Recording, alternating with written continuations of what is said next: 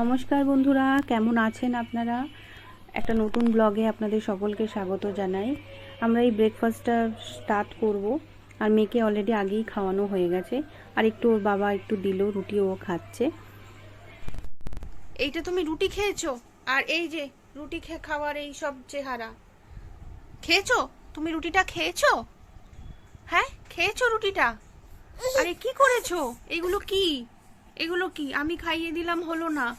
আহারে, ইস, মেয়েটা সবই করতে পারে, শুধু মাই করতে পারে না। হ্যাঁ, মাই কোনো কিছু পারে না, মানে ও সব বাড়ির কাজ মানে ওই একা করতে পারবে, আর কেউ করতে পারবে না। হ্যাঁ, করো।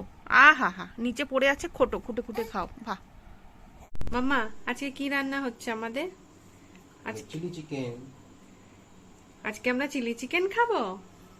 হ্যাঁ, আজকে চিলি চিকেনের জন্য আমি 200 গ্রাম বোনলেস চিকেন নিয়েছি, আর সাথে yellow capsicum, red capsicum, green capsicum, পেঁয়াজ, রসুনের কুচি, এগুলো তো আছে। তাহলে চলুন স্টার্ট করে নিই। ম্যারিনেটের জন্য আমি আদা রসুনের পেস্ট 1 চামচ করে, আর সাথে না একটু লঙ্কা আমি ওর সাথে পেস্ট করে নিয়েছিলাম, আর একটু গোলমরিচের গুঁড়ো, আর একটু লেবুর রস, এটা দিয়ে আর একটু ডিমের গোলা অংশ কিছুটা দিয়ে আমি ম্যারিনেটের জন্য ওই 45 মিনিটসের মতন রেখে দিয়েছিলাম। তো আর একটু সময় রাখলে ভালো হতো, কিন্তু আমি আর রাখিনি। আমি জাস্ট ওটা ম্যারিনেট করতে রেখে অন্য কাজগুলো এগিয়ে নিচ্ছিলাম। তো যখনই ম্যারিনেটটা করছিলাম তখন ভাবছিলাম ডিমের অনেকটা অংশ বেঁচে গেল, কী করা যায়।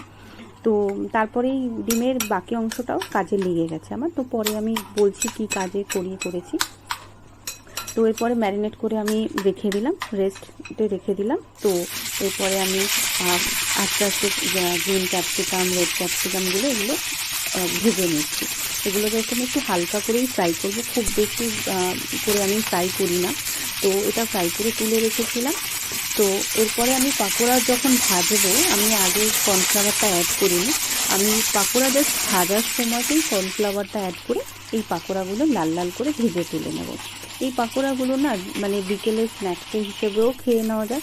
মানে আর যখন আমি ফ্রাই করছিলাম তখনই ভাবছিলাম যে এটা তো পাকোড়া হিসেবে তো স্ন্যাক্সেই খাওয়া হয়ে যাবে। তো এবার আমি কড়াইতে তেল দিয়ে একটু রসুন ফোড়ন দিয়ে তার মধ্যে 3 রকমের sauce, chilli sauce, soya sauce আর টমেটো সস দিয়ে, আর 1 চামচ আমি ভিনেগার দিয়েছিলাম, দিয়ে একটু জল দিয়ে জাস্ট যখন ফুটে উঠেছে পাকোড়াগুলো এর মধ্যে দিয়ে দিয়েছি। তো তারপরে আমাদের ইয়েলো ক্যাপসিকাম, যে ক্যাপসিকাম আমি ফ্রাই করে আলাদা করে সরিয়ে রেখেছিলাম, তো সেগুলো পরপর একটু অ্যাড করে নিই। তো এটা হয়ে যাওয়ার পরে লাস্টে যখন দেখলাম এটা ফুটে উঠেছে, একটুখানি আমি গোলমরিচের গুঁড়ো অ্যাড করি।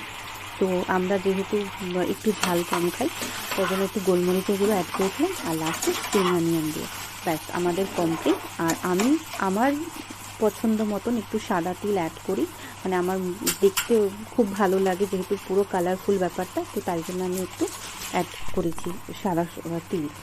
আর এরপরে আমি আপনাদের বলেছিলাম যে সাদা অনেকটা ডিমের অংশ বেঁচে গেছে। তো এরপরে আমি একটু রাইস বানিয়েছিলাম, আমাদের বাইরে থেকেই ভেবেছিলাম একটু অর্ডার করে দেবো। তো সেখানে টাইম দেখাচ্ছে 45 মিনিট। তো 45 মিনিটের মধ্যে বাড়িতেই আমার হয়ে যায়। তো বললাম যে ঠিক আছে, চলো আমি বাড়িতেই বানাই। ক্যাপসিকাম তো ছিলই, আর সাথে একটা ডিম দিয়ে দিয়েছি, আর একটুখানি মাংস কুচু একটু দিয়ে দিয়েছি। দিয়ে জাস্ট একটু ফ্রাই করে নিয়ে যখন দেখলাম একটু ফ্রাই হয়ে গেছে, তো তার মধ্যে আমি একটু হালকা করে নুন দিয়েছিলাম, কেন নুনটা না আগেই আমি ডিমে কিছুটা দিয়েছিলাম নুন, আর চিকেনেও দেওয়া ছিল, তাই জন্য আমি অল্প একটু নুন পরে আমি অ্যাড করেছি, আর একটু চিনি। আর বাড়িতে প্রচুর কাজু কিশমিশ আছে, তাই কাজু কিশমিশগুলো অ্যাড করে ভাতটা দিয়ে এর মধ্যে আমি 1 চামচ ঘি দিয়েছি। আর হ্যাঁ, লাস্টে আমি একটু স্প্রিং অনিয়ন দিয়েছিলাম। ভীষণ ভালো কালারফুল ব্যাপারটা এসেছে, মানে দেখেই লোভনীয়। তো এরপরে তো আমি আর কি বলবো, আমার হাজব্যান্ডকেই বলতে হবে যে একটু খেয়ে বলো যে কেমন হয়েছে, আর আপনারাও জানতে পারবেন। তো কি গো, কেমন হয়েছে? দাঁড়াও খেয়ে বলছি। দেখো, সব নুন চিনি সব ঠিকঠাক আছে তো? ঠিক আছে, দারুণ হয়েছে, সব ঠিক আচ্ছা আছে। থাক, খাও তুমি।